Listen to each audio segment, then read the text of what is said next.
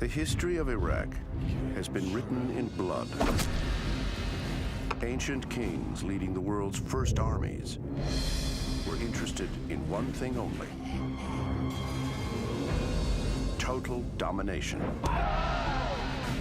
And their cities and empires, the earliest on Earth, emerged and fell through warfare, invasion, and conquest. That is one age of terror that you don't want to live through. Through the centuries, this hotspot, in many ways world history's ground zero, was also subjected to violence from foreign raiders. They turned around and basically butchered the chariot crews with spears and axes from behind. In the modern era, Iraq became a stage for European imperialism, and more recently, a focal point in American foreign policy. This truly must be one of the most horrendous, oppressive regimes in history, even compared with the fascists of Europe. From Sargon the Great to Saddam Hussein, this is The Kings, from Babylon to Baghdad.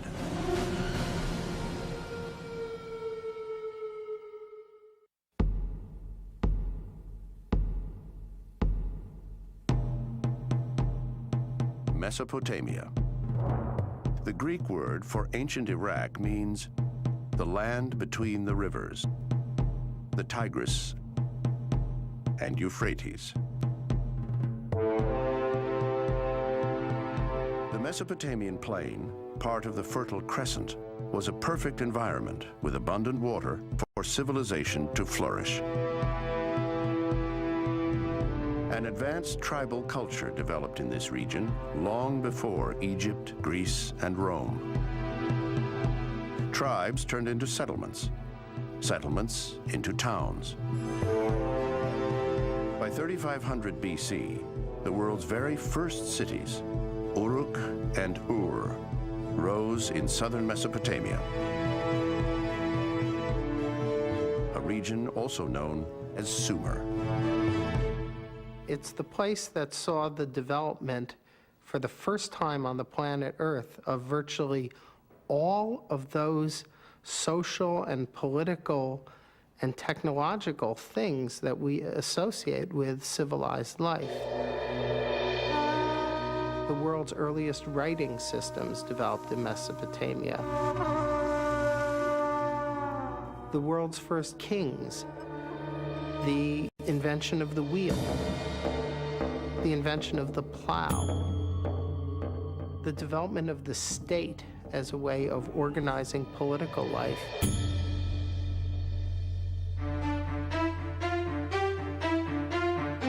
By 2900 BC, the patchwork of Mesopotamia's 30 or so city-states hardly comprised a cohesive empire.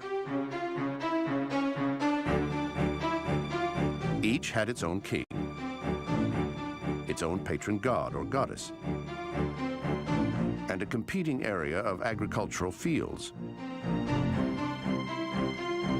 Rival cities created alliances to bolster their own independence or to conquer their neighbors.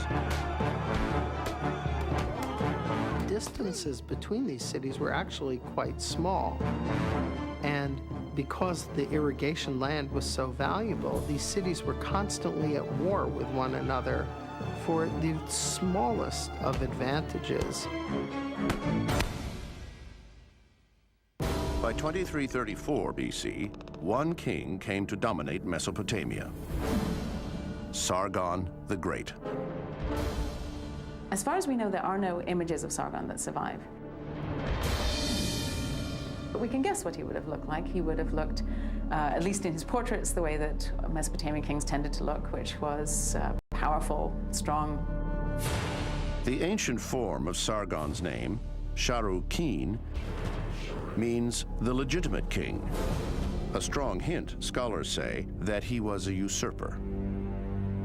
In a Moses-like legend about his origins, Sargon was the illegitimate son of a priestess. so she put him in a basket after he was born and floated him in the river.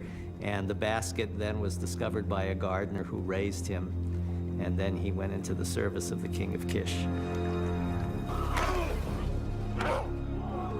Enterprising, ambitious, and ruthless, Sargon overthrew King Zababa of Kish and declared himself the city's new ruler. He also reigned at Agaday, the capital city he built north of Sumer in the state of Akkad, though its precise location is still unknown. With his Akkadian army, Sargon started to take control of southern Mesopotamia.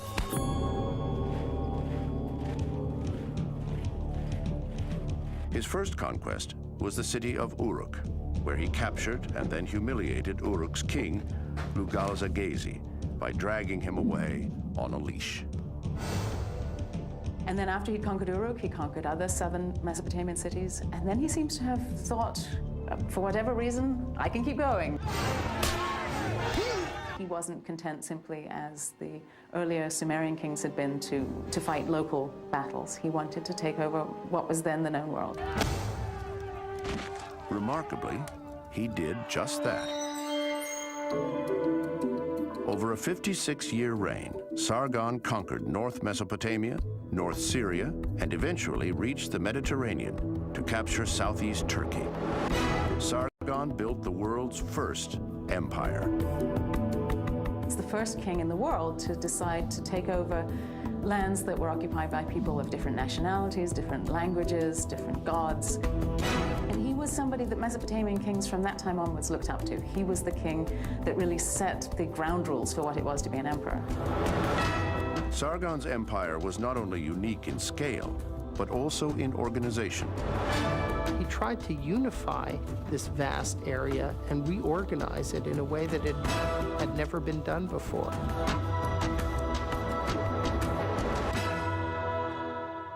Every city in Mesopotamia had its own system of weights and measures. Sargon standardized weights and measures throughout the whole area he had conquered. And by doing that, he made it possible to have trade over vast distances. Sargon's novel ideas weren't limited to empire building, but extended to the military as well. He was the first king who claimed to have a standing army. Drafted from all cities in the empire, it was a huge force of 5,400 men that proved expensive to maintain. So Sargon instituted a new tradition to help feed his troops: plundering. They fed themselves, the army, from the land there, so that the campaigns were more or less set to go at the point when the harvest was completed throughout Mesopotamia. That is one age of terror that you don't want to live through.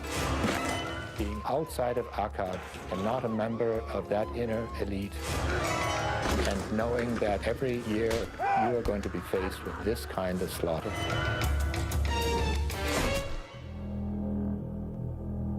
Sargon reigned until his death in 2279 BC. His dynasty continued to rule for another 82 years.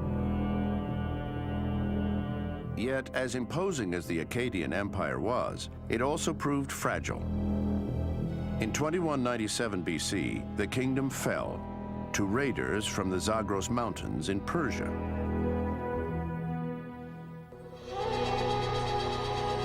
Soon, a new king will emerge. Using Sargon as his role model, Hammurabi would single-handedly create a legendary city.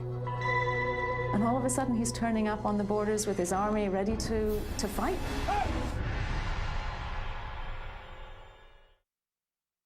You are watching The Kings, from Babylon to Baghdad, here on the History Channel.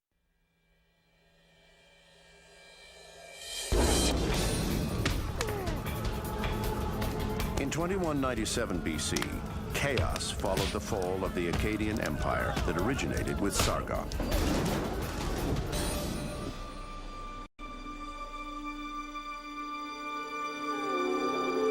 Finally, in 2112, the kings of Ur restored stability. Then, a new threat appeared from the northwest. A nomadic people called Amorites terrified the Mesopotamians. They saw the Amorites as barbarians. Their descriptions of them, these are people who don't farm, they don't live in houses, they live in tents. They don't bury their dead on the day that they die. They don't cook their meat.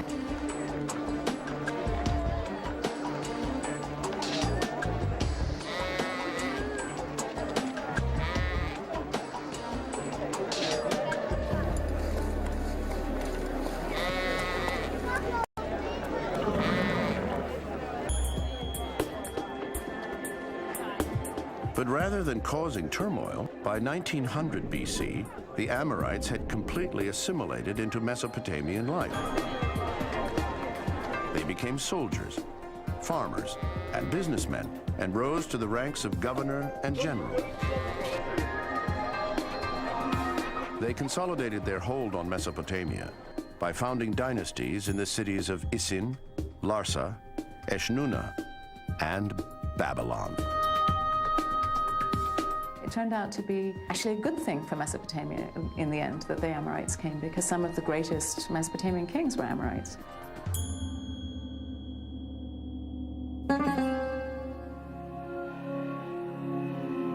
In 1792 BC, the greatest ruler of Babylon's Amorite dynasty, Hammurabi, came to the throne as its sixth king. Initially, he didn't seem to be interested in military campaigns. He ruled for 43 years. And starting in his 30th year, he gets it into his head to emulate Sargon, to build himself an empire. He starts campaigning against the neighboring kingdoms. And these are neighboring kingdoms that had previously been allies. These are some of them he had long-standing relationships with, and all of a sudden he's turning up on the borders with his army ready to fight, ready to take them over. Hammurabi's military campaigns were distinguished by the growing popularity of hostage-taking for ransom. There were merchants who specialized in this, who would go and ransom the Babylonian soldiers from the enemy.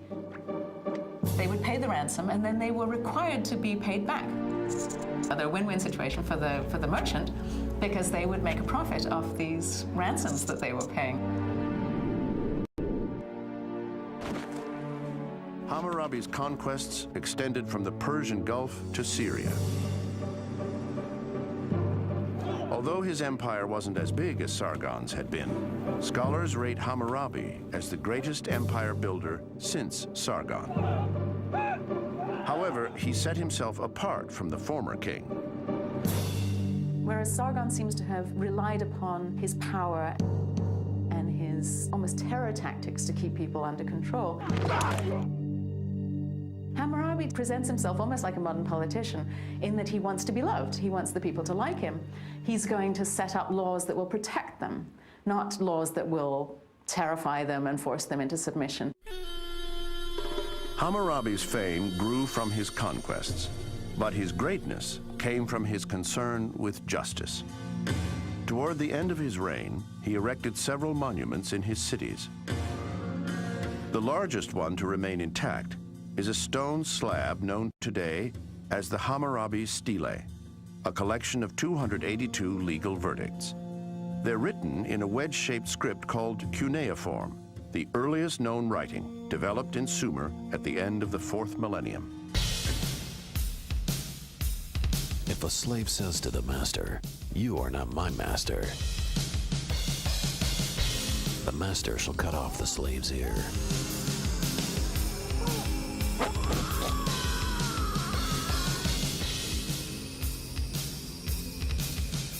If a man brings an accusation of murder against another man without providing proof, the accuser shall be put to death.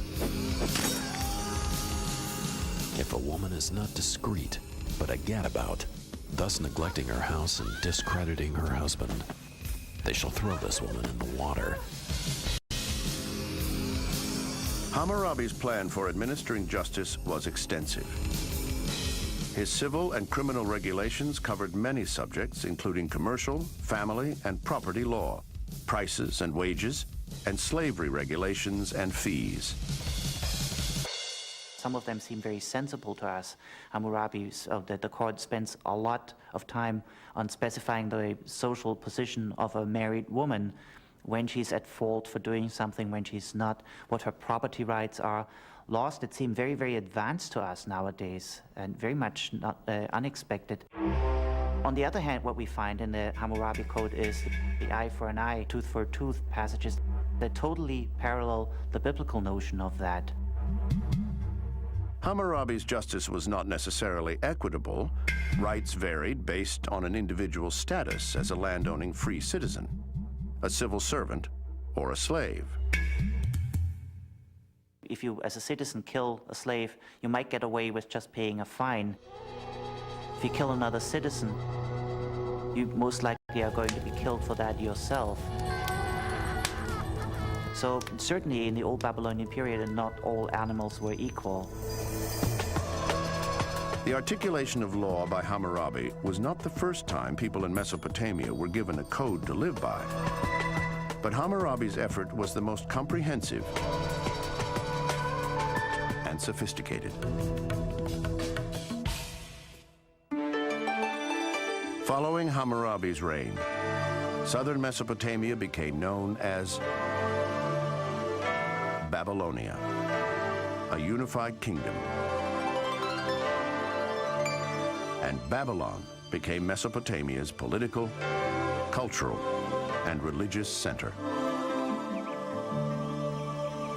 So it was really Hammurabi's doing that made Babylon what it was and what it would be under the Neo-Babylonians, Nebuchadnezzar, when it was this great, huge metropolis of the ancient world. In 1750 BC, illness compelled Hammurabi to surrender the throne to his son. By 1000 BC, Babylon had established a lasting national state in the south. Meanwhile, the city of Ashur dominated a similar rival state, Assyria, in the north.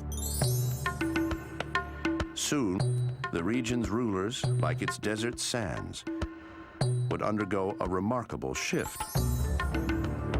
Babylonia will compete for power against North Mesopotamia, home to the ancient world's fiercest fighting machine, the Assyrians. The empires were getting bigger and bigger and more ruthless. You are watching The Kings, from Babylon to Baghdad, here on the History Channel. The Assyrians, a Semitic people, had inhabited North Mesopotamia for at least 4,000 years. By the 9th century BC, their conquests extended far beyond Ashur, the capital city and heartland of Assyria. From 885 to 860 BC, Assyrian king Ashur-nazir-pal II was intensely focused on military matters. He wants to build up the power of Assyria. It had previously, several hundred years earlier, had been a major power. And Ashur-nazir-pal seems to have been determined to reinstate it as a major power. And the whole emphasis of the administration is on military matters. Ashur-nazir-pal's campaign set a standard for the future warrior kings of Assyria, who were ruthless, determined empire builders. The reliefs that are carved into the walls of the palaces of the Assyrian kings show siege engines ripping apart the walls of enemy cities. We see warships with battering rams on them. We see chariots. We see cavalry. We see infantry digging tunnels underneath the walls of the cities that they're besieging. The empires were getting bigger and bigger and more ruthless. The sadistic cruelty Ashurnasirpal inflicted on war captives and his own subjects protesting taxation was legendary.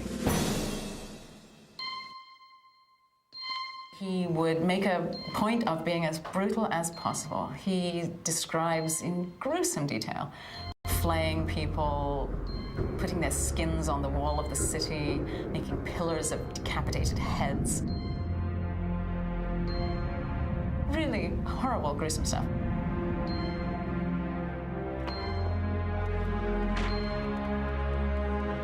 According to scholars, he probably didn't do it everywhere. He would take one city and do it as an example and terrify everyone else into obeying.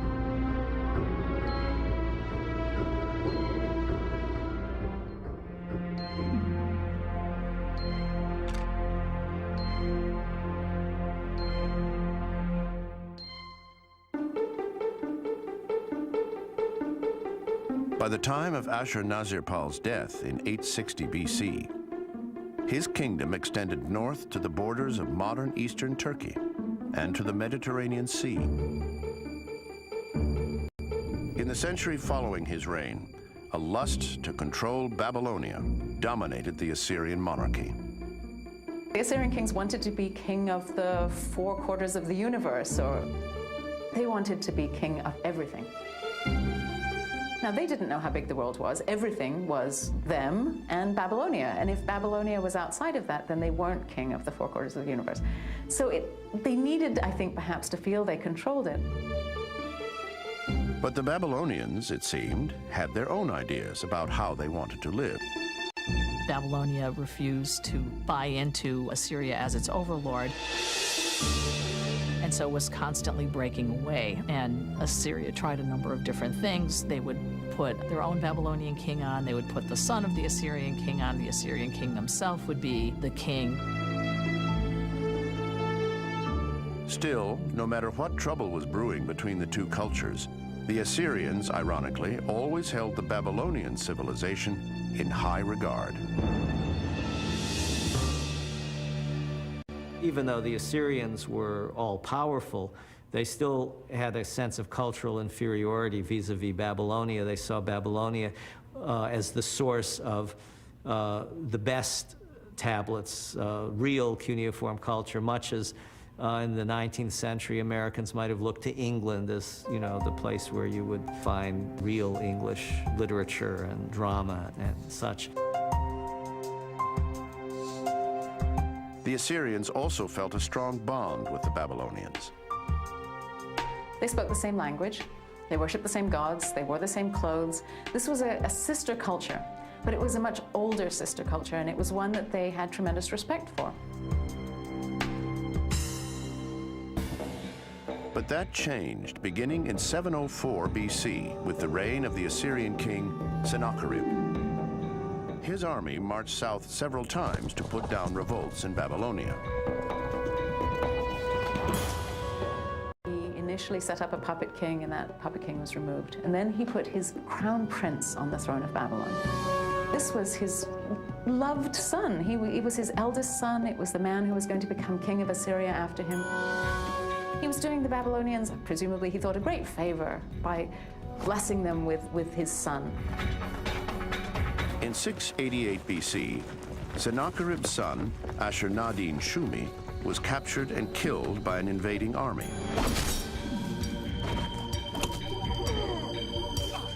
Sennacherib blamed the Babylonians for failing to protect and defend him. His relationship with the Babylonians got worse and worse. And in the end, he did what was unthinkable in a way, which was to go in and besiege Babylon. And he was brutal to it. I pressed upon the enemy like the onset of a raging storm. I decimated the enemy host with arrow and spear. All their bodies I bored through like a sieve. I cut their throats like lambs.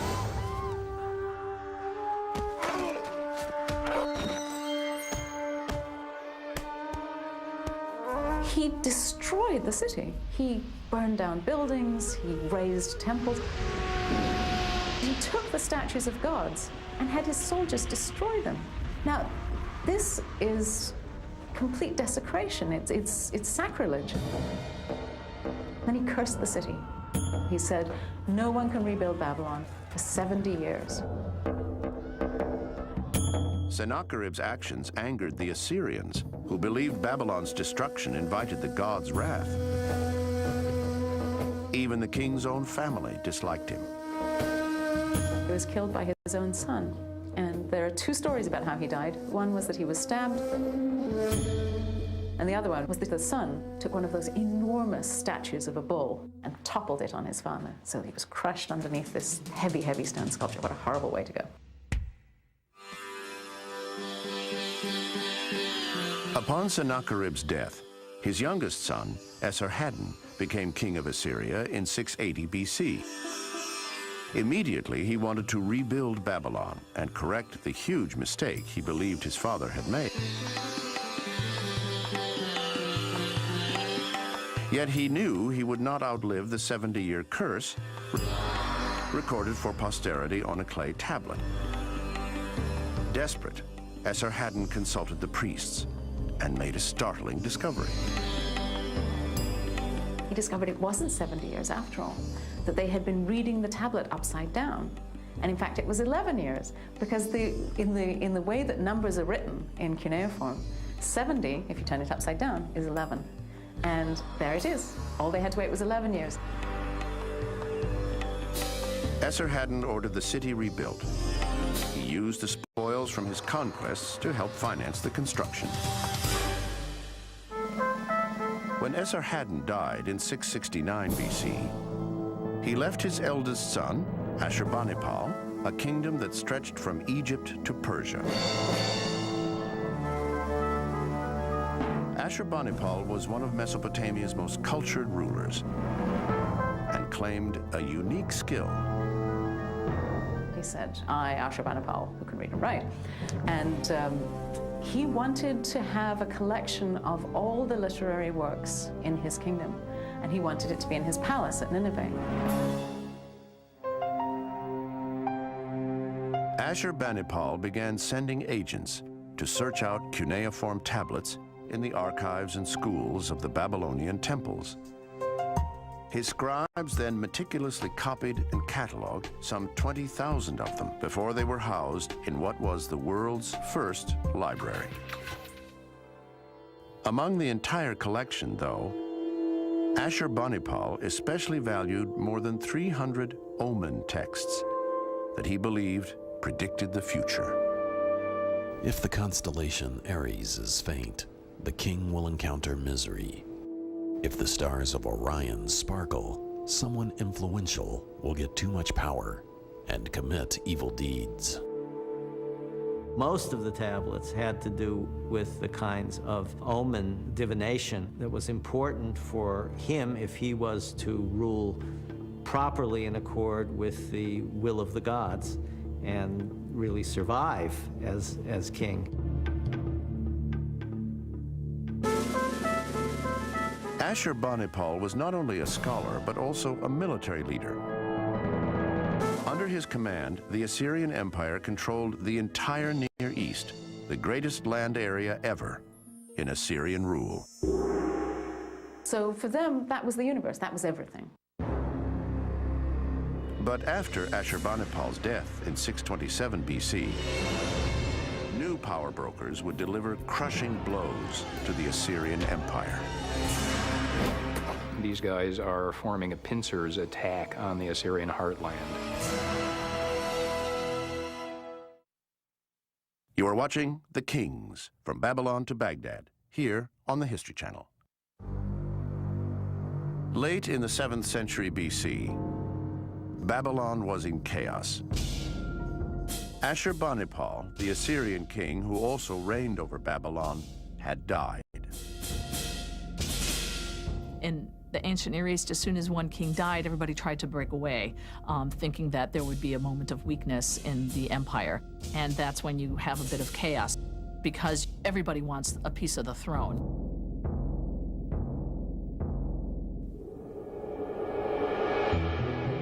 In 627 BC, a local leader of uncertain origin named Nabopolassar began vying for Babylon's throne.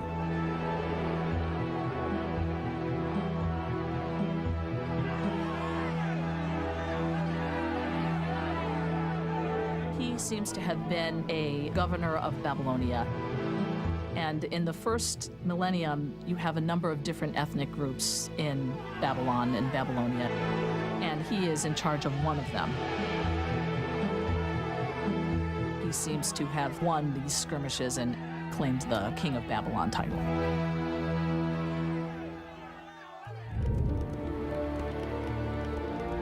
Professing to be a man of the people, King Nabopolassar was determined to win South Mesopotamia's independence from the north.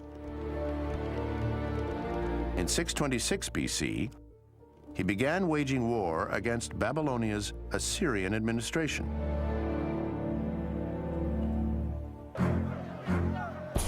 Within 10 years, Nabopolassar had solidified his control over Babylonia, and then began to threaten the Assyrian heartland.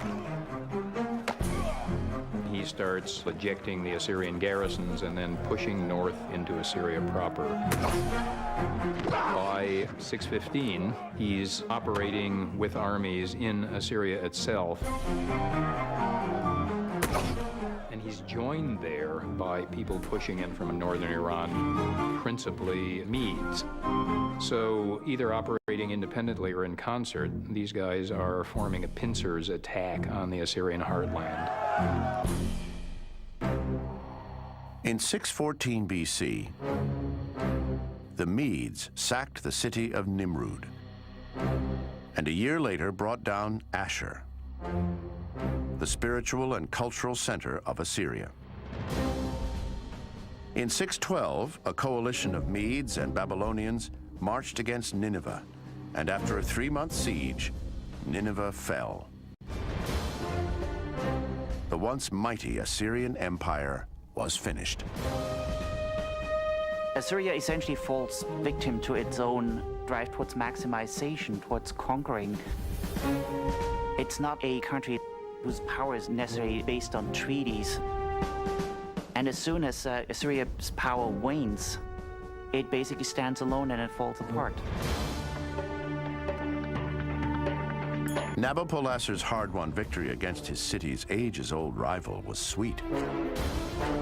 They slaughtered the land of Assyria. They turned the hostile land into heaps and ruins.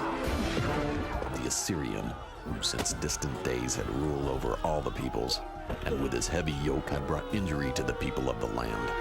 His feet from a cot I turned back, and his yoke I threw off.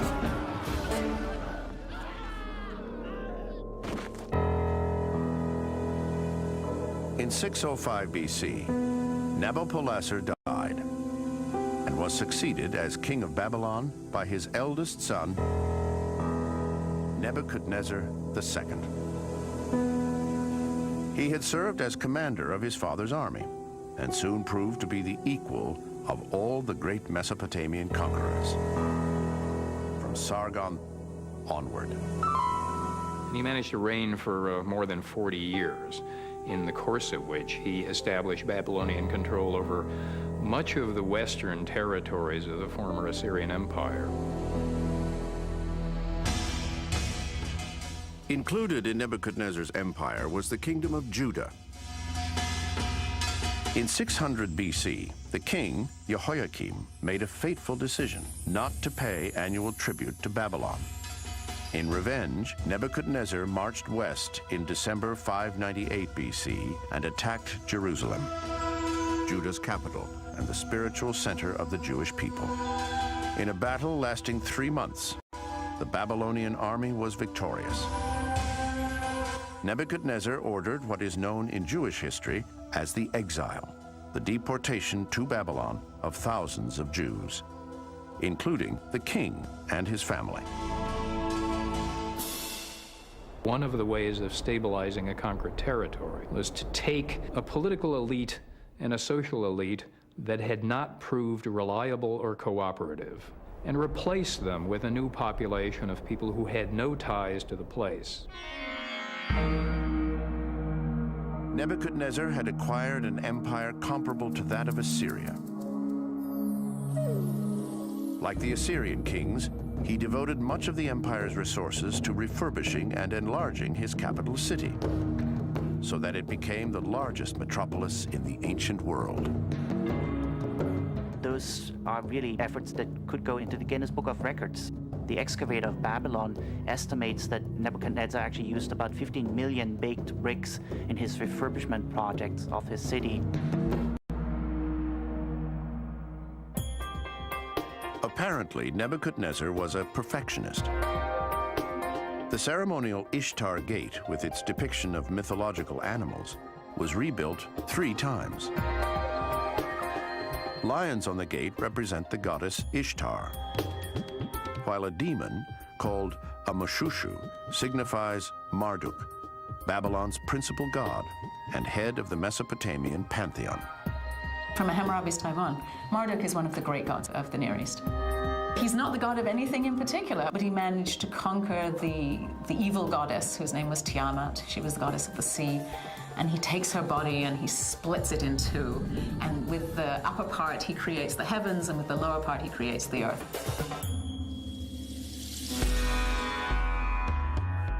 The Ishtar Gate stood at the end of the processional way that led to Babylon's temples and ziggurat, the 650-foot tall temple tower known as the Tower of Babel.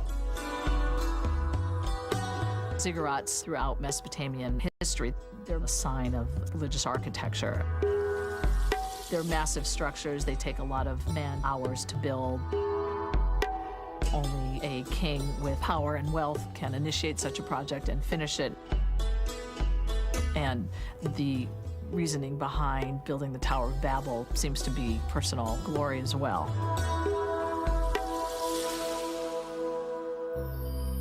Within Nebuchadnezzar's magnificent palace were hanging gardens. They were reported by the Greek historian Herodotus to have been one of the world's great wonders.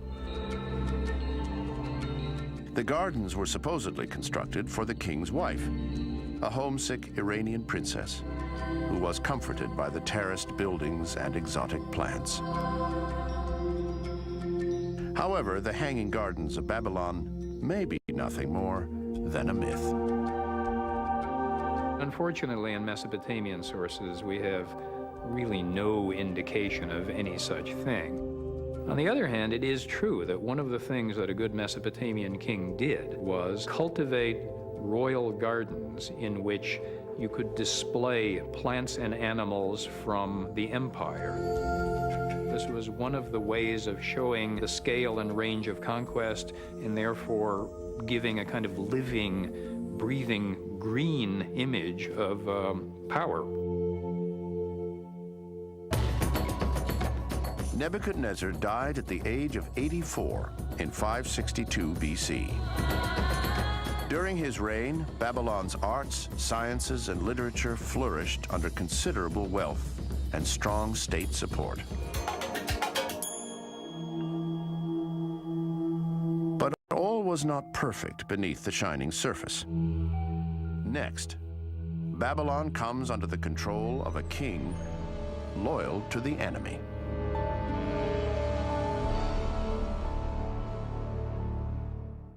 You are watching The Kings, from Babylon to Baghdad, here on the History Channel. In June 556 BC, a commoner named Nabonidus became king of Babylon in the aftermath of a bloody coup. He was immediately unpopular with Babylon's priests and people. Not only did he claim to have been a loyal subject of the city's old nemesis, Assyria, but he also ignored Babylon's principal god, Marduk, in favor of the god of his mother. Nabonidus is very much close to his mother, who seems to be a priestess dedicated to the god Sin, the moon god. In 549 BC, Nabonidus did the unthinkable. He left his son Belshazzar in charge, and for a decade, abandoned Babylon to build and restore temples devoted to the moon god in Tema in southern Arabia and Haran in North Mesopotamia. The people in Babylon are quite unhappy with Nabonidus because they feel like he has forsaken them. Belshazzar failed to take seriously a looming threat: Persian imperialism. The Achaemenid dynasty in southwestern Iran was becoming the dominant force in the Near East. They owed their success to rigorous military training. Persian boys had to learn how to ride horses well as the art of archery. And so in these two military tactics, the Persians were quite good. In 559 BC, a new king ascended the Achaemenid throne who had a quality not usually found in a conqueror: tolerance. His name was Cyrus the Great. In 10 years, he became famous not only for his military prowess, but also for a bloodless victory against the Iranian Medes. He is going to take on this amazing campaign of first conquering the Iranian plateau, which was ruled by the Medes. Before the battle, a large number of the Median contingent, their forces actually come to Cyrus and desert the Median ruler. And hence, he's victor before even the battle begins. By 546 BC, Cyrus had amassed a vast empire, stretching from Asia Minor in the west to the Iranian plateau in the east. All that was left was Babylon, Mesopotamia's political, cultural, and religious center, and Babylonian territories in Syria, Lebanon, and Palestine. Conquering them would mean the birth of a new world empire, a feat Cyrus couldn't resist. Babylon is the center of the world, the capital of the world at this time. Once Cyrus steps into Babylonia and the city of Babylon, he pretty much has changed world history. You are now the master of the capital of the world. Now he's going to descend upon Babylonia. In 539 BC, Nabonidus returned to save his kingdom, but he was too late. The Persians killed Belshazzar, captured Nabonidus, and then took Babylon without any resistance. The Babylonians were tired of their absent king and welcomed Cyrus not as a conqueror, but as a liberator.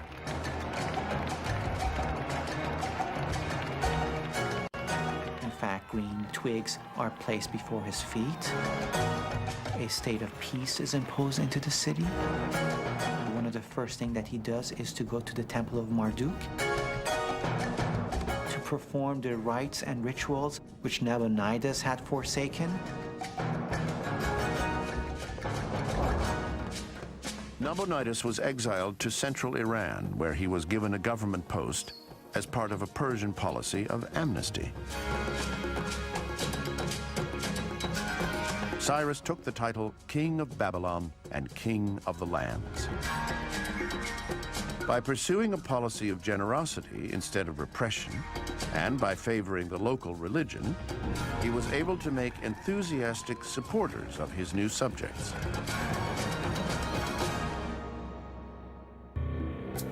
Cyrus also reached out to Babylon's Jewish population, and in 537 BC, he let 40,000 exiles return to Palestine. The Jews considered him a savior who delivered them from 60 years of captivity. Under the rule of the Achaemenid Persian kings, southern Mesopotamia flourished for some 200 years. Babylon remained the economic center of the empire and was the winter residence of the Persian court.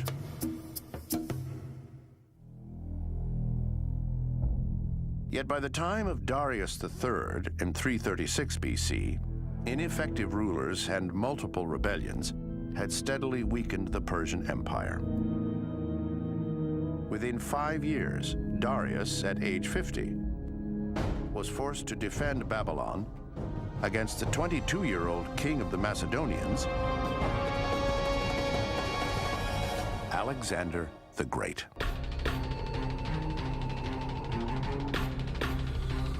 The Persian king offered him the western half of the empire and offered to make him his son-in-law. And Alexander said, "No, half isn't good enough. I want the whole thing." The stakes were high for Darius. Losing Babylonia would most likely mean the end of the Persian Empire.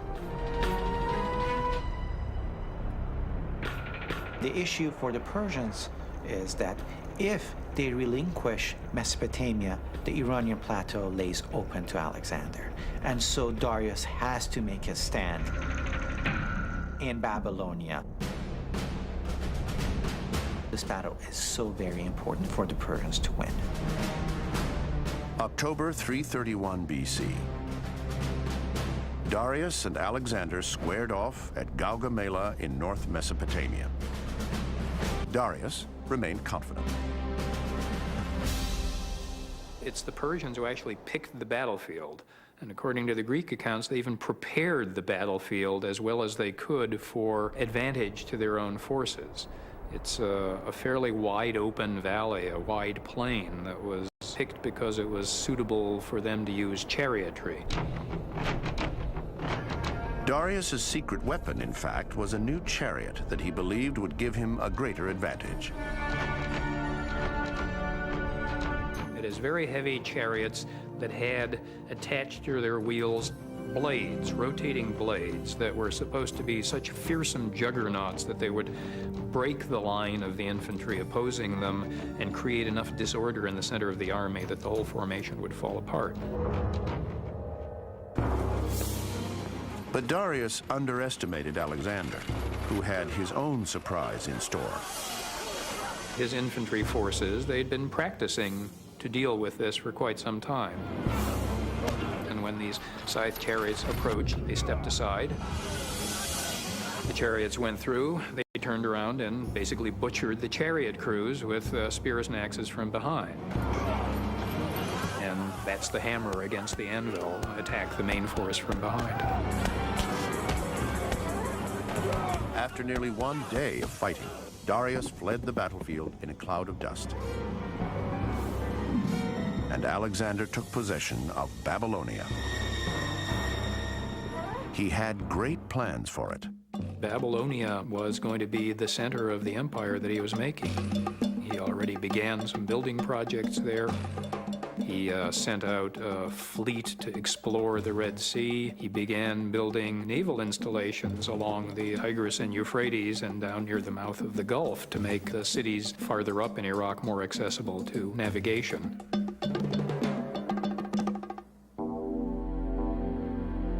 Alexander's plans were never completed. In June 323 BC, during a stay in Babylon at Nebuchadnezzar's old palace, the 33-year-old king became sick with a fever and died of uncertain causes. After Alexander's death, his empire was divided by the generals who had fought by his side. Political power shifted from Babylon to the new city of Seleucia on the west bank of the Tigris River in Mesopotamia. Babylonia wasn't the capital of an empire anymore. And now it's not the capital of the territory anymore either. So there is a decline that begins then, but it probably takes quite a while before it really has a serious effect on turning Babylon into a kind of desolate village. Today, the remains of Babylon are spread out over a cluster of mounds or tells located on the Euphrates, some 60 miles southwest of Baghdad.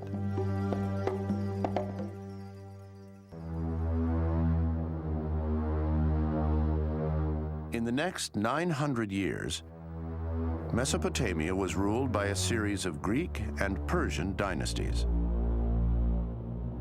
But one conquest would prove decisive in shaping the identity of what would become the country of Iraq. Any effort that you expend to spread Islam in the world, to make yourself a better Muslim, to improve the situation of Muslims is considered to be jihad.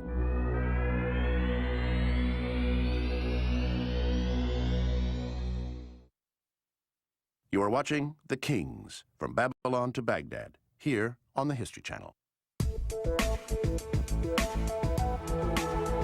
By the 7th century AD, for more than 400 years, Mesopotamia had been part of an empire built by a Persian dynasty, the Sasanians. In fact, it was right in the middle of the Sasanians' vast territory that extended from India and Turkey to Iran, Syria, and the Red Sea. But by 634 AD, the Sasanians' domination began to be challenged by an Arab army. As Muslims, the Arabs followed a religion called Islam and believed that fighting the Sasanians was a service to God. The word that's used for service is the word jihad. Jihad is normally translated in today's discourse as holy war. In fact, it means effort. So any effort that you expend to spread Islam in the world, to make yourself a better Muslim, to improve the situation of Muslims is considered to be jihad, is considered to be effort in God's path. According to Islamic tradition, the Prophet Muhammad is the messenger of God, or Allah. To avoid idolatry, no images of him are allowed. A merchant from the city of Mecca, Muhammad grew disillusioned with business practices early in the 7th century. The rise of commercialism had brought about a neglect of the poor and the orphaned, as he called them. And he began to retire into caves that surrounded Mecca. And there, in the year 612, he had heard voices.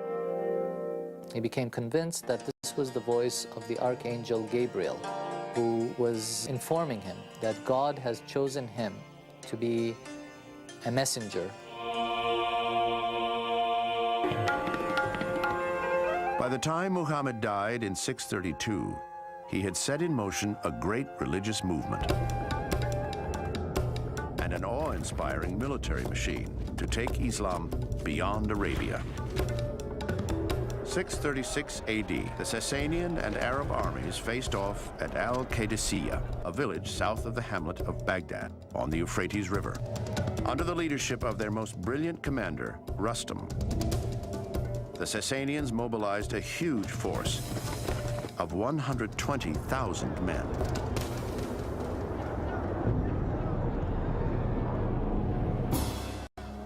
With an army of just 4,000, the Arabs were outnumbered 30-1. But the belief that Allah was on their side gave them strength. The Arab leader, Sa'd ibn Abi Waqqas, shouted, "God is most great," and ordered his troops to attack.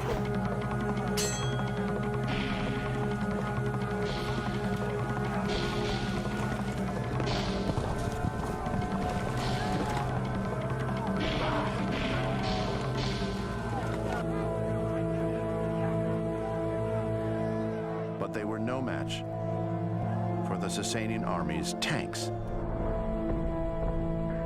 an elephant corps that wrought havoc in the Arab ranks.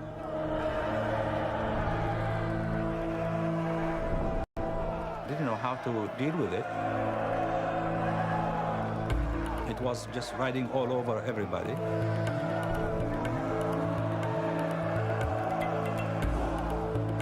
And eventually they found out a way of tackling the elephant, and that is to attack it at its trunk.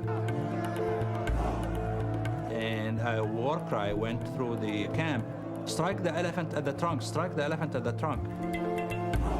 And they began to do that. That's really what made the battle. By the end of the 4th day of bloody fighting, 30,000 men were dead. And Rustam was slain as he tried to flee. Confused and panicked, the Sasanian troops broke rank and ran off. The Arab underdogs were victorious, and the Battle of Al-Qadisiyah sealed the fate of the Sasanian Empire. The backbone of the Persian Empire was broken. Its main army was defeated in that battle. And it opened up areas for Arab Islamic conquest.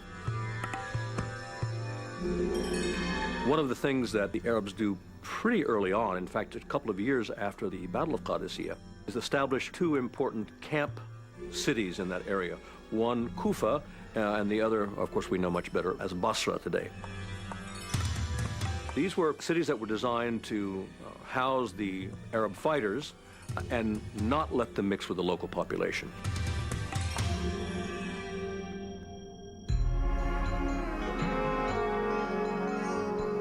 By the mid-7th century, the Arabs controlled Mesopotamia and the Iranian plateau up to Central Asia. Some historians believe that by this time, Mesopotamia was referred to as Iraq.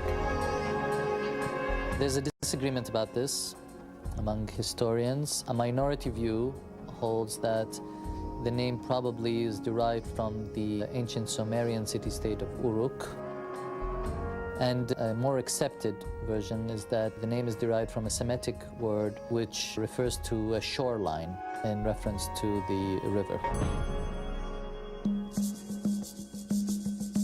By 661 AD, a disagreement over how Islamic leaders should be chosen had been developing between Islam's first ruling dynasty, the Umayyads, and a minority Muslim faction in southern Iraq. A wealthy clan, the Umayyads, moved the capital of Islam from Medina in Arabia to Damascus and used the Syrian army to extend the Arab Empire. The Umayyads would become Sunni Muslims, whose leaders, or caliphs, were selected by community elders. However, the devoutly religious community in Iraq, known as Shiite Muslims, did not recognize the authority of the Umayyad caliphs.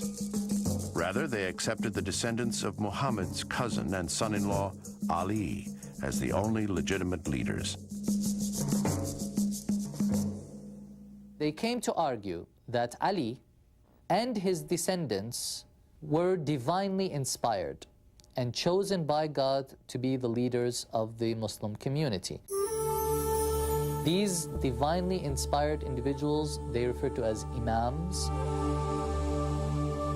Over the next 20 years, the followers of Ali, known as Shi'at Ali, fought against the Umayyads for control of the empire. Though unsuccessful, the Shia would remain a powerful oppositional force in Iraq.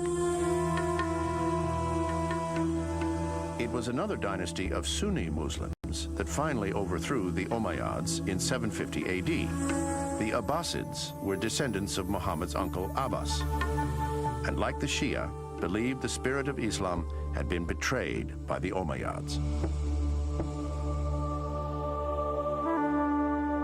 In 762, the Abbasids chose a small Iraqi village as the new heart of the Muslim world, Baghdad.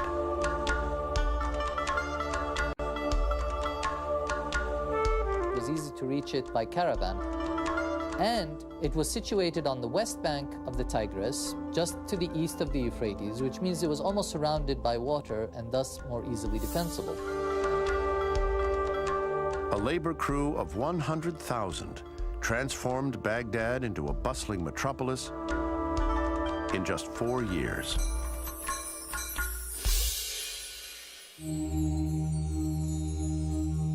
By the end of the 8th century, Baghdad was the wealthiest, most opulent, and intellectual city in Islam. Over the next 3 centuries, however, the capital of Islam suffered through the political turmoil of a civil war and a series of natural disasters, including fires and floods. worst was yet to come, when one of the world's most powerful military forces began heading straight for Baghdad. The extent of the destruction is one that remains very much in the consciousness of Iraqis today, believe it or not.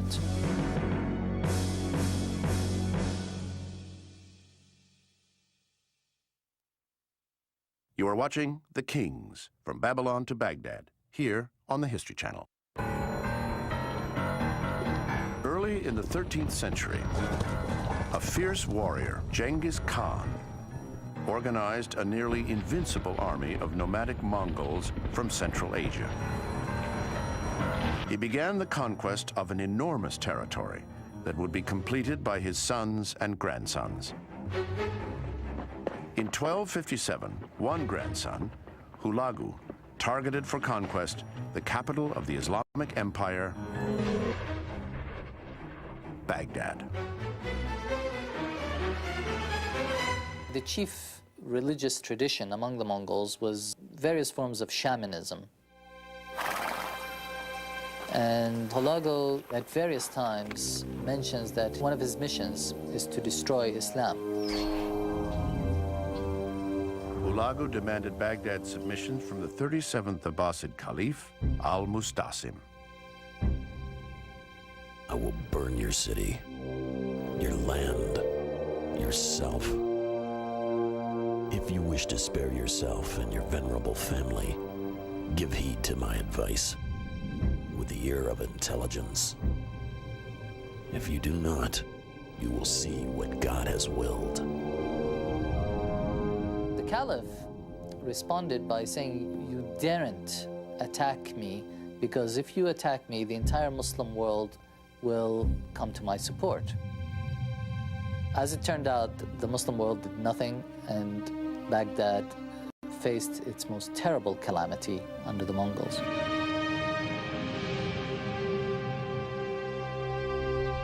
In January 1258, Hulagu led an army of 70,000 to Baghdad. After some 30 days of fighting, Baghdad fell. And Hulagu made good on his earlier threat. He killed the Caliph by wrapping him in a rug and having him either trampled by horses or beaten to a pulp. An eyewitness recounted what Hulagu's army did next.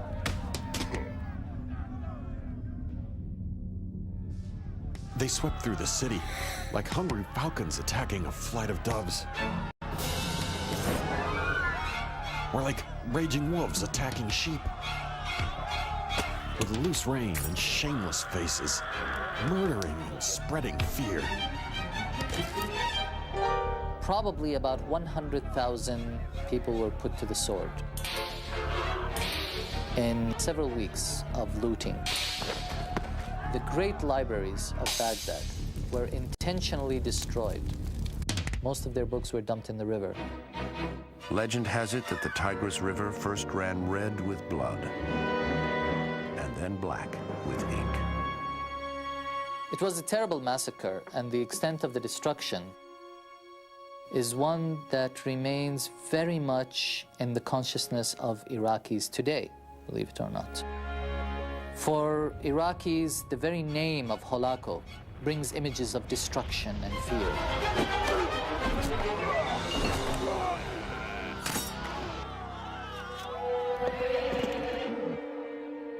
Hulagu died in 1265.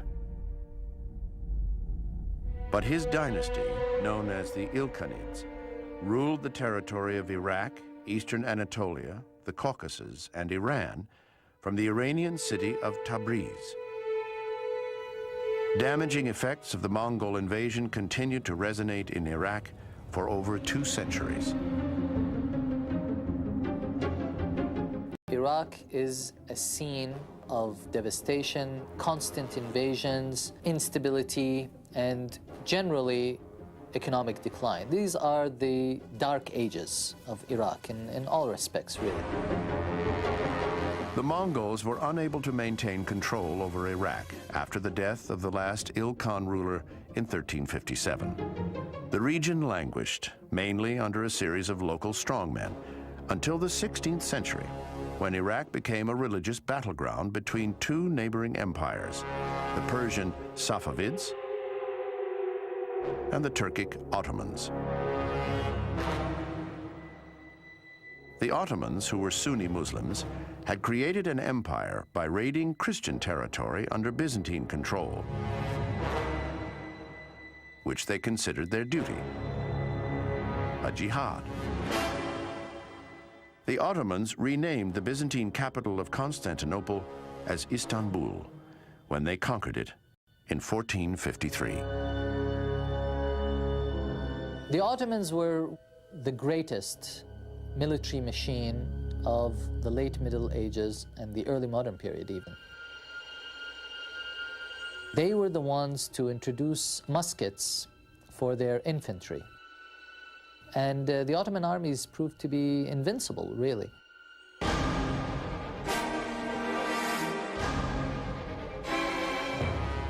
Beginning in 1520 with the reign of the 10th Sultan, a brilliant military strategist known in the West as Suleiman the Magnificent, the Ottoman Empire reached its zenith and became a world power.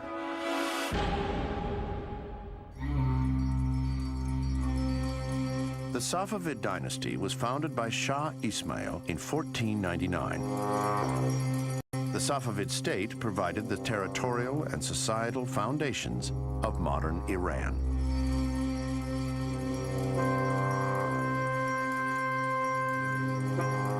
They started out as being a mystical Muslim community in the mountains of Azerbaijan. Eventually, they would adopt Shia Islam and became fervent Shia Muslims. Under Shah Ismail, who was the first ruler of the Safavid Empire, Shia Islam was imposed upon the population of the conquered areas. Shah Ismail invaded Iraq in 1508, in part to take control of its two holiest Shiite cities, An-Najaf and Karbala.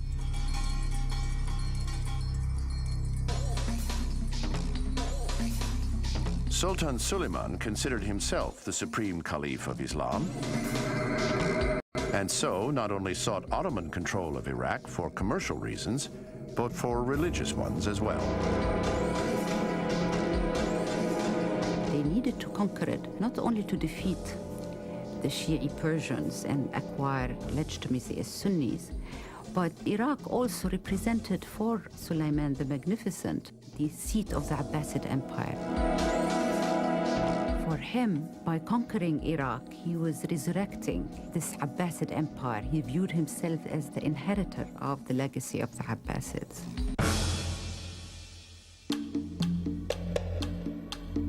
Suleiman began his conquest of Iraq in 1533.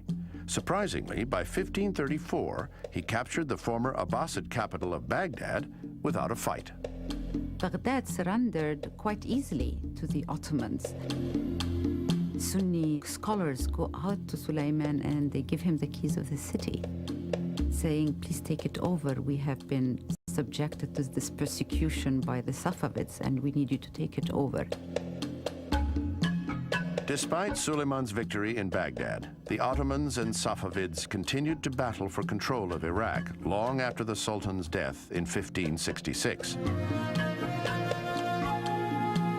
The Safavids finally were driven out for good in 1638, and Iraq became part of the Ottoman Empire. But over the next 2 centuries, Suleiman's descendants found the region difficult to govern. It was a very fractured society.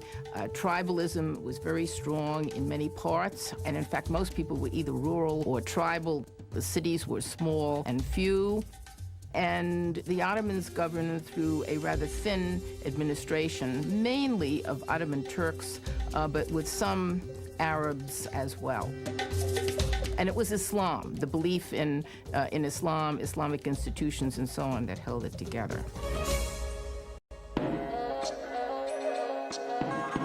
Early in the 19th century, the Ottomans imposed central authority over the region. They divided it into 3 administrative districts that would become the forerunner of modern Iraq: Mosul, Baghdad, and Basra.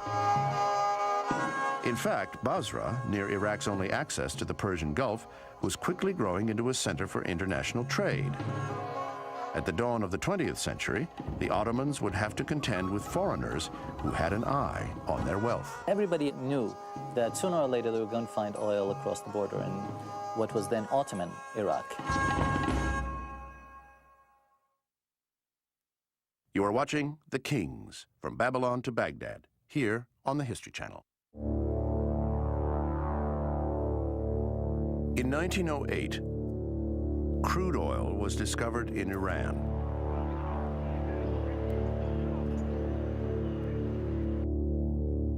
Winston Churchill, Britain's civilian head of the Royal Navy, was convinced that oil, not coal, was the fuel of the future. In 1909, the Anglo-Persian Oil Company was formed to develop the new industry.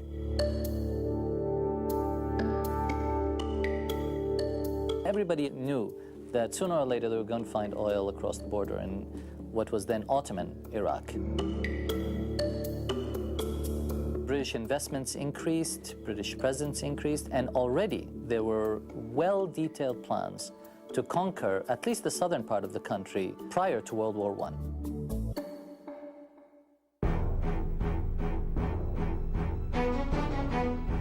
On August 1st, 1914, Germany, motivated by a desire for greater power and international influence, declared war on Russia. World War I was set in motion.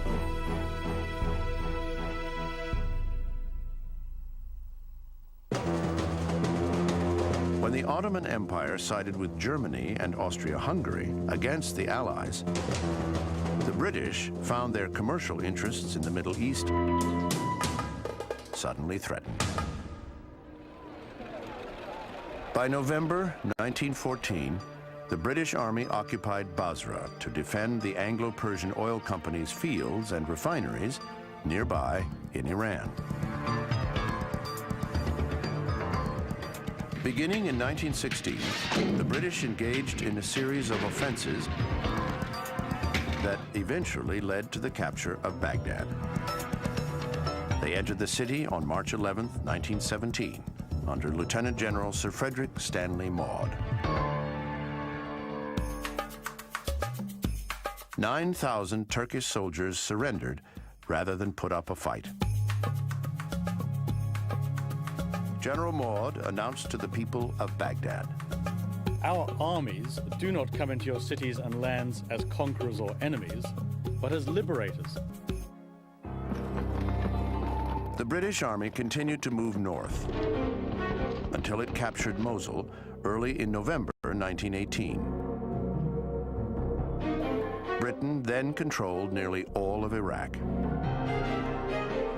The Ottoman Turks were defeated.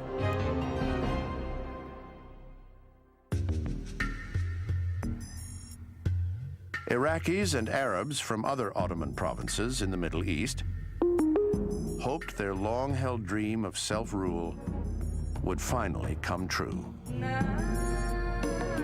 An Arab nationalist movement of sorts had already started before World War I. And many of the Arab army officers and civil servants and intellectuals who had been, some of them educated in Istanbul, were opposed to control by the Turks. At the Paris Peace Conference in 1919, Arab hopes for independence were crushed when the Ottoman provinces were divided between France and Britain by the League of Nations. Iraq, as well as Palestine, became a mandate entrusted to Britain.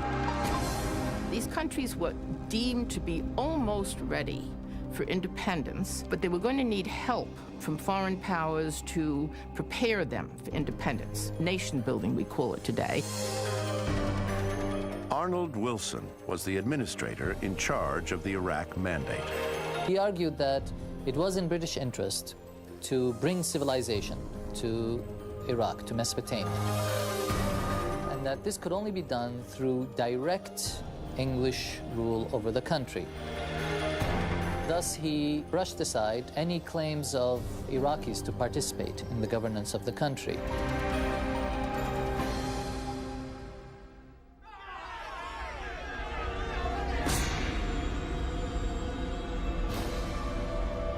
Enraged at being shut out of the new government, 100,000 armed Iraqis revolted in July 1920.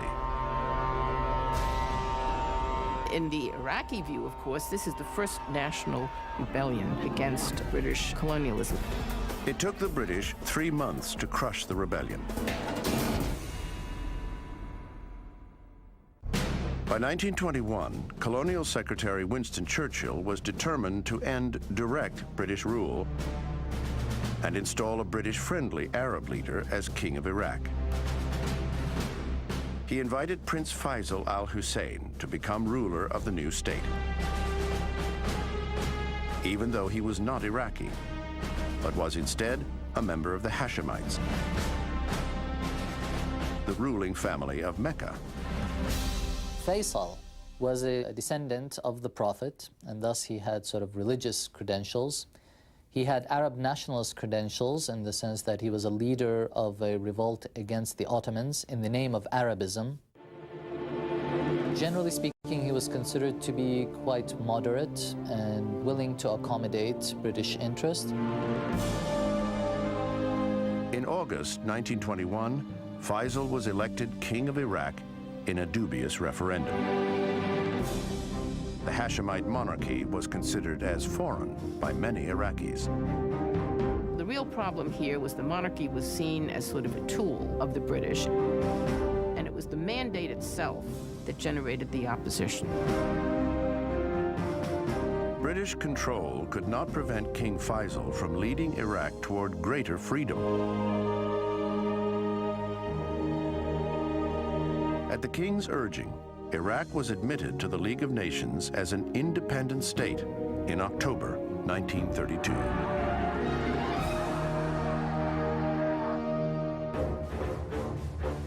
By the late 1940s, many Iraqis were dissatisfied with the pro-British monarchy, which was growing increasingly alienated from society. Peasants were being driven off the land because they couldn't pay the loans that they had borrowed. So landlessness was increasing. The situation in the countryside was one of intense poverty. Oil accentuated the class division. It had been discovered in the city of Kirkuk in 1927.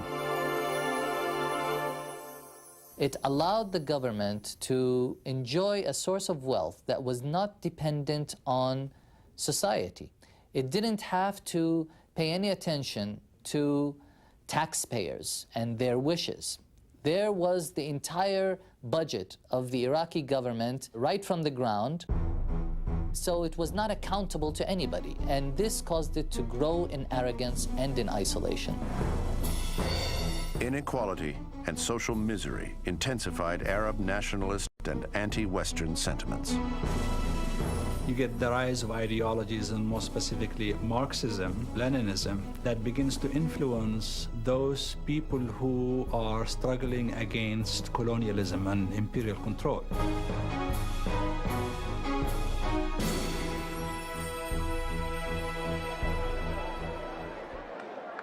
The Iraqi monarchy clung to the past. On May 2nd, 1953, 18-year-old Faisal II assumed the throne. Surrounded by senators, deputies, and members of foreign delegations, he took the oath of kingship. In 1956, Iraq joined the Baghdad Pact, an anti-communist security alliance that included Great Britain, Turkey, Pakistan, and Iran. That same year, King Faisal affirmed his government's friendship with Britain.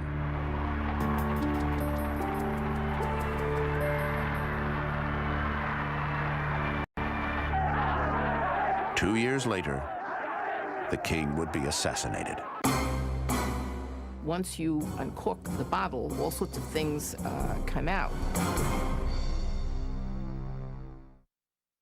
You are watching The Kings, from Babylon to Baghdad, here on the History Channel.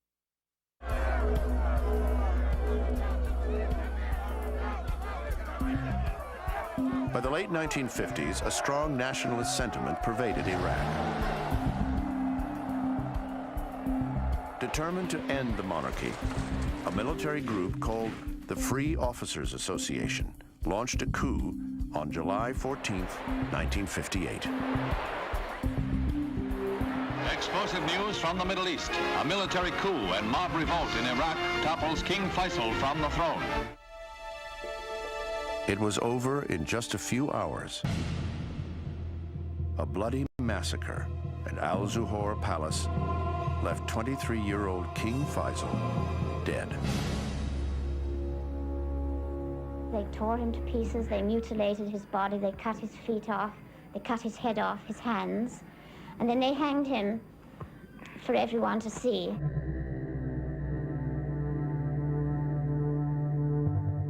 The 1958 revolution was quite violent.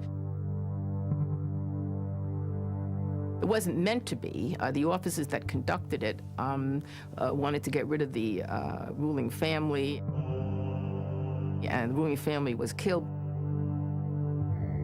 But as frequently happens, once you uncork the bottle, all sorts of things come out.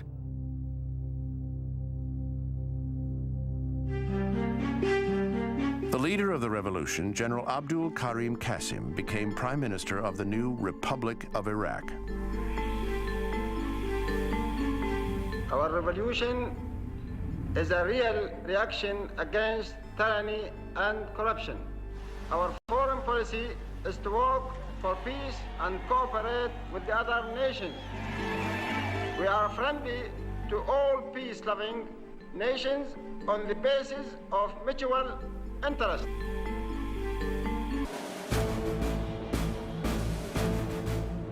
Some of Qasim's progressive laws that promoted women's rights and land reform were considered too radical by a number of Iraqis.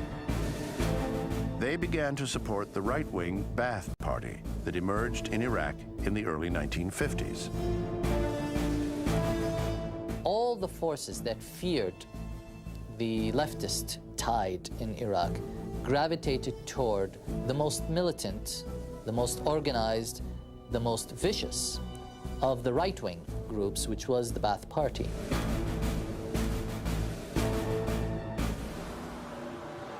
The storied city of Baghdad, capital of Iraq, has been the scene once more of bloody revolt that has seated a new government.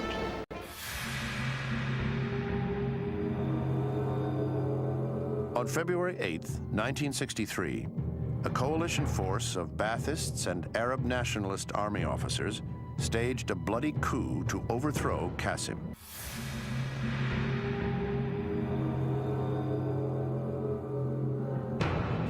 "24 hours later, he was executed.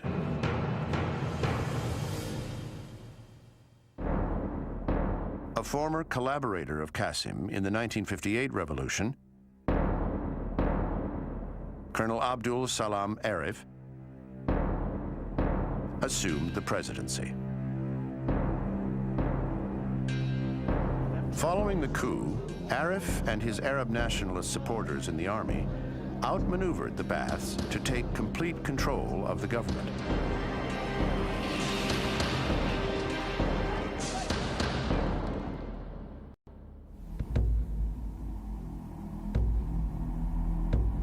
But the Ba'ath Party did not go away.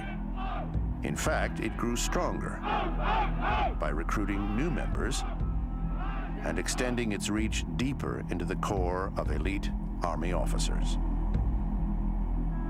The man who was responsible for doing this was Saddam Hussein, who was really responsible for organization. including not only the cell structure, but the security organization. On April 13th, 1966, Arif was killed in a helicopter crash.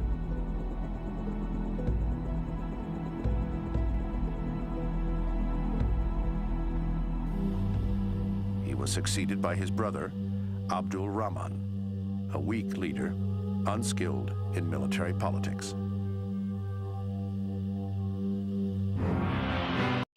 On July 17th, 1968, the Ba'ath Party took advantage of Abdul Rahman's ineffective leadership. The Ba'athists staged a nearly bloodless coup that sent him into exile. 54-year-old General Ahmed Hassan al-Bakr became president of the newly established Revolutionary Command Council, Iraq's supreme executive, legislative, and judicial body. Al-Bakr's vice chairman and second in command was 31-year-old Saddam Hussein. He was raised by his uncle, who was a staunch Arab nationalist, and who fed him this outlook. We hear stories that he was sort of a village bully, that he carried a pistol around with him, and there are those who say he even killed someone when he was still a child. Saddam was in charge of internal security, the job of eliminating any opposition to the Ba'ath government and to himself. For a long time, the Ba'athists depended on elements within the military to stabilize their rule. Saddam built a new base for the party, and this was the secret police. The secret police spread an atmosphere of terror in Iraq, where everybody feared their neighbor, and even parents feared their own children.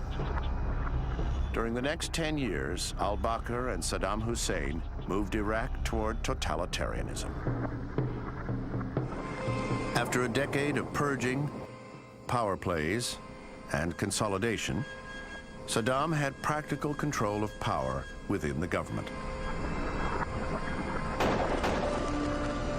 Not surprisingly, al-Bakr stepped down, citing ill health. On July 17, 1979, Saddam stepped to the forefront of Iraqi politics and proclaimed himself the new leader of Iraq.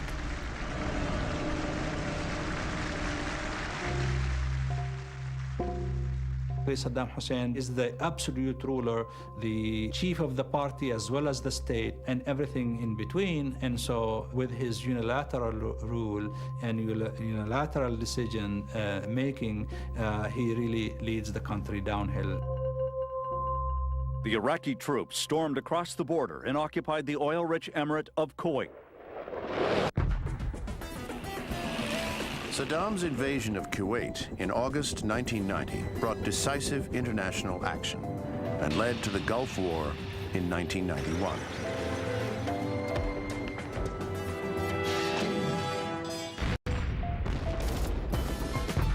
It ended in defeat and harsh, humiliating ceasefire terms for Iraq. Over the next 12 years, Iraqis endured economic sanctions, weapons inspections, and airstrikes. Iraq under Saddam had the greatest potential. It is a very wealthy country, had a lot of resources, and it was forced to be underdeveloped economically and everything else after the sanctions were imposed after the Gulf War. Saddam remained defiant.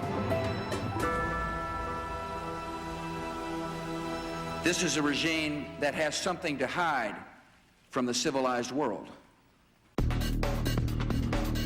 By 2002, many in the U.S. government believed that the Iraqi leader had hidden weapons of mass destruction somewhere in his country. A U.S.-led military coalition entered Iraq in April 2003, and before the end of the year, Saddam Hussein had been ousted and captured.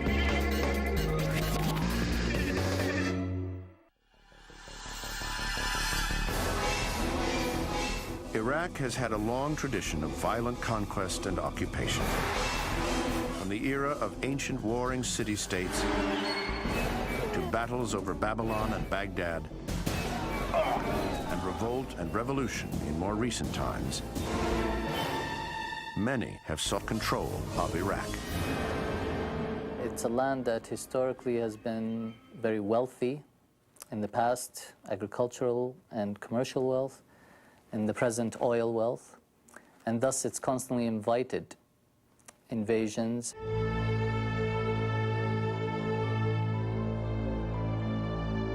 For centuries, Iraqis, indeed their Mesopotamian ancestors, resented or tolerated larger-than-life, power-hungry leaders. The end of Saddam Hussein's brutality and repression has provided an opportunity for change in Iraq. In June 2004, a new Iraqi government took control of the country. As the post-Saddam outcome for Iraq continues to unfold, the vision and leadership of Iraqis will determine how extensive change will be and what direction it will take.